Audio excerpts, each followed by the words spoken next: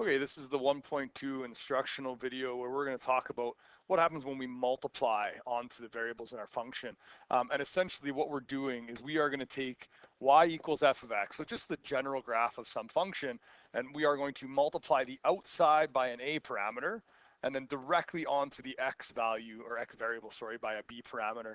And essentially this does a vertical stretch by the absolute value of a, and I just want to write exactly what that does. It's going to take any coordinate x comma y and turn it into x comma the absolute value of a times y.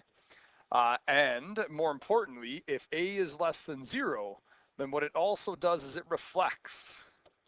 Try to spell that a little better. Reflects over the x-axis. And I always think, at least initially, it's nice to kind of draw what that looks like, and it is a reflection across that horizontal axis.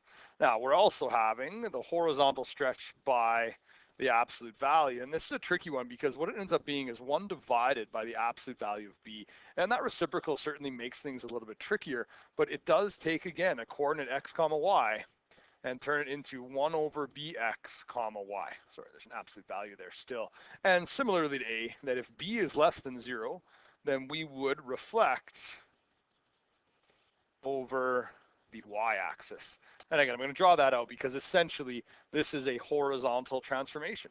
We're taking some point and then it reflects across that y-axis.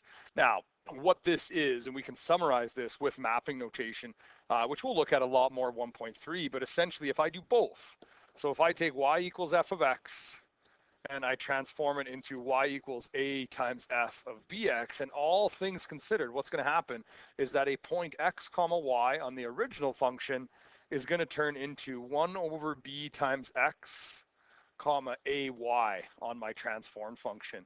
And by not including the absolute values, that will deal with our reflections as well. But in the Math 30 curriculum, they want to make sure that you can describe that in words as both a vertical stretch by a value and a reflection on whichever axis we need to.